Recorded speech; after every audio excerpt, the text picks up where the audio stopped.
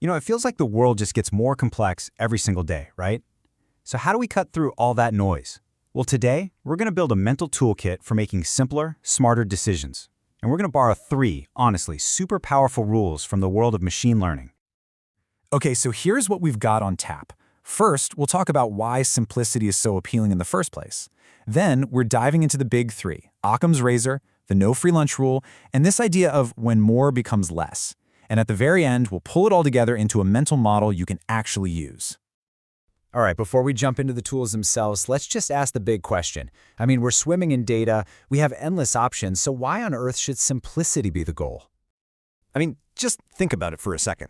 Every day, you're faced with a dozen different paths, 100 different solutions, all kinds of explanations for things. And without some kind of guide, it's paralyzing, isn't it? That's exactly where having a bias for simple becomes this incredible navigation tool. Okay, let's get into our first principle.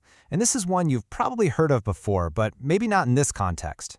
It's a classic philosophical razor, and it gives us an absolutely killer starting point. So what is Occam's razor? It's actually beautifully simple. When you're looking at a bunch of different options, just pick the most straightforward one. The one with the fewest moving parts, the fewest wild assumptions. It's like, if your car won't start, what do? You check for gas, right? You don't immediately assume the entire engine has seized. That's Occam's razor in action. And that's what's so powerful about it. It just slices right through all the noise. This isn't some crazy, complex mathematical theorem. It's just a practical rule of thumb.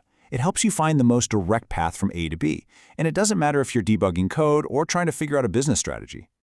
But here's the real kicker, why this matters so much. Simplicity isn't just about things looking pretty or elegant. It's about being effective. See, a simpler solution is usually more robust. It's way more likely to work in a new situation it's never seen before.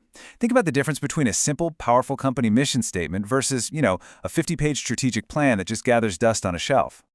Yeah, this lays out the central trade-off perfectly. On one side, you've got simplicity. It's easy to get your head around that it works in lots of different situations. But on the other side, you have complexity. Sure, it's packed with more information, but it runs this huge risk of what we call overfitting.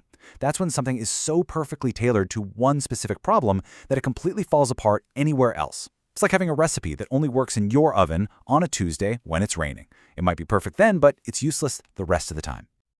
Okay, but let's be real. It's not always that simple, is it?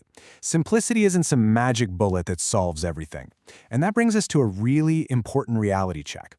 It's a concept from optimization theory, and it's called the no free lunch theorem. This whole idea basically says there are always trade-offs. What it means is that if you have some algorithm or tool that is an absolute rock star at solving one particular kind of problem, well, it's guaranteed to be worse at solving other kinds of problems. It pays a price for being so specialized. So the main takeaway? Specialization has a cost. There is no master key, no perfect tool that can solve every single problem you throw at it. That one-size-fits-all solution? It's a myth. And that's true for everything, from software and investment strategies, all the way down to diets. And that is why this is so important. It reminds us that we have to be adaptable. We can't just grab the same old hammer for every problem. We have to look at the problem first, really understand the context, and then pick the right tool for that specific job. Which leads us perfectly into our final principle. So think about it. Occam's razor tells us, hey, start simple. The no free lunch theorem says, okay, but be aware of the context. This next law, this one, tells us when to stop. When to stop adding more and more complexity. Yeah, this is an idea that comes straight from economics, but man, does it apply here. It's called the law of diminishing returns, and it just means that after a certain point, adding more effort or more features or more data starts to give you less and less of a reward. The real trick is learning to spot that moment, that tipping point where all your extra work just stops paying off. You know the feeling, right? It's when you've spent an extra hour tweaking one presentation slide and you realize it's barely making a difference. The effort just isn't worth the tiny effect you're getting back. And this chart just shows it perfectly. Look, at the beginning, your effort gives you these massive gains in performance. Boom! Huge improvement. But then you add more effort, and the gain is smaller. Add even more, and it's tiny. Eventually, you're putting in a ton of work for almost nothing. That, right there, is the point of diminishing returns. And what this does is it gives us a really practical reason to stop ourselves from over-engineering things, to embrace the idea of good enough.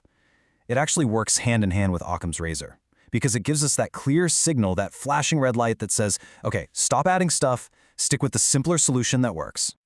All right, so let's put it all together.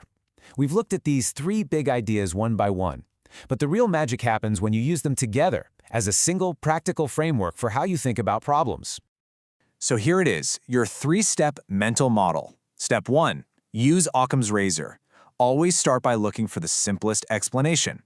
Step 2, remember the no free lunch theorem. Accept that there is no single perfect solution for every problem.